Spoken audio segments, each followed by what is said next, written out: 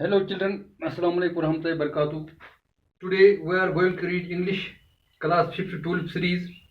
Our topic is The Fountain. Page number 69. Stanza 1 to 4. This poem has been written by James Russell Lowell. The poet tells us about the fountain which is leaping and flashing from morning till night and looks beautiful the whole day. Fountain is man-made thing, but the beauty that it holds and displays is nowhere less than a natural beauty. ये नज़म जो James Russell love ने लिखी है वो इस नज़म में फवारे की बेहद तारीफ करते हैं जो हर तरह की रोशनी दिन या रात में झलकता रहता है। हर तरह की रोशनी में और बर्फ से ज़्यादा सफ़ेद तारों की रोशनी में भी खुश ऊपर आसमान की तरफ बढ़ते रहते हैं। फवारे हर तरह के मौसम में भी खुश खर्म, चाहे बारिश हो या फिर बादल, कुदरती हुस्न जमाल के साथ ही निहायत ही खूबसूरत तब्दीली के साथ रवा दवा नजर आते हैं। इनकी चाहतें बे इंतहा रोशनी और अंधेरे में भी रवा रहती है। ये इतने शानदार हैं कि शायर इनसे मुतासिर होकर अपने दिल को भी इन्हीं की तरह बदलने की तलकीन करता है। अब हम पॉइंट की तरफ जाएंगे। Into the sunshine, full of the light, leaping and flashing from morn till night, into the moonlight, whiter than snow, waving so flower-like when the winds blow, into the starlight, rushing in spring, happy at midnight, happy by day, ever in motion, blithesome and cheery, still climbing heavenward, never every. Into the sunshine full of the light, leaping and flashing from morn till night.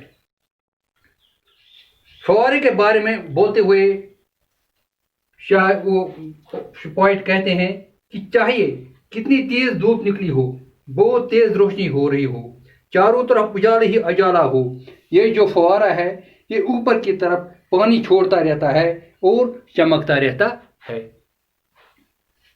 Into the moonlight, whiter than snow, waving so flower-like when the winds blow.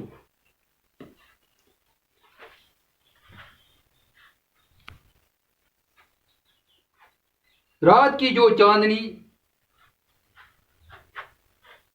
होती है उसमें ये फवारा बर्फ से भी ज़्यादा सफ़ेद दिखाई देता है और जब तेज़ हवा चलती है या हवाएं बह रही होती है तो ये ऐसे झूमता है जिस तरह फूलों की टहनियाँ हवा के वक्त झूमती हैं, इसी तरह ये फवारा भी झूमता रहता है। Into the starlight, rushing in spray, happy at midnight, happy by day.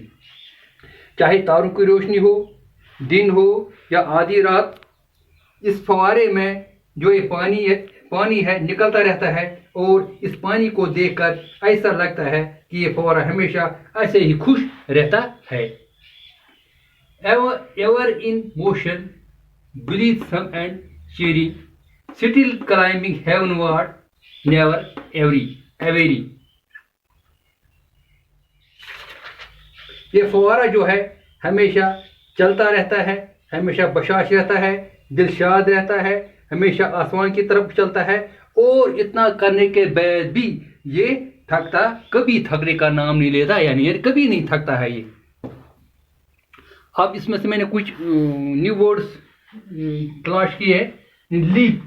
Leap हो गया उछलना या कूदना, मॉर्न सुबह सहर, स्प्रे हो गया छिड़काव, फ्लैशिंग चमकना, मूनलाइट चांदनी, ब्लीथसम खुशखरम या बेफिक्र, हेवन होगा आसमान की तरफ नहीं ऊपर चढ़ना, एवरी होगा थका हुआ, अब एक क्वेश्चन है इसमें, how is the fountain described in the first stanza. जो फर्स्ट स्टेंजा है इसमें से इसने किसको बयान किया, किस तरह शायर ने इस फव्वारे को किस तरह बयान किया फर्स्ट स्टेंजा में, जो पहला वाला स्टेंजा है। The fountain is described as leaping and flashing from morning till night. जो पहला स्टेंजा है इसमें शायर ने इसमें इस फव्वारे को किस तरह बयान किया कि ये सुबह से शाम तक क्या चलता रहता है, चमकता रहता है और चलता रहता है।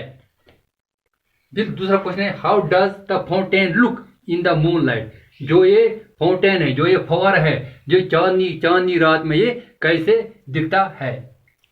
इसका जो आंसर है, the fountain looks whiter than snow in the moon light. जो ये फाउंटेन है, जो ये फव्वारा है, जो चांदनी रात में क्या स्नो से ज्यादा सफेद दिखता है। And waving like a flower when the wind blows. और जब वो हवा की झोंके जब आते हैं, जिस तरह से फूलों की डालियां झूमती रहती है, उसी तरह ये फव्वारा भी झूमता रहता है। बस आज हम यहाँ तक ही पढ़ेंगे, इंशाल्लाह कल हम आगे करेंगे स्टार्ट। आज इतना ही, बाकी वसल्लम। अस्सलाम।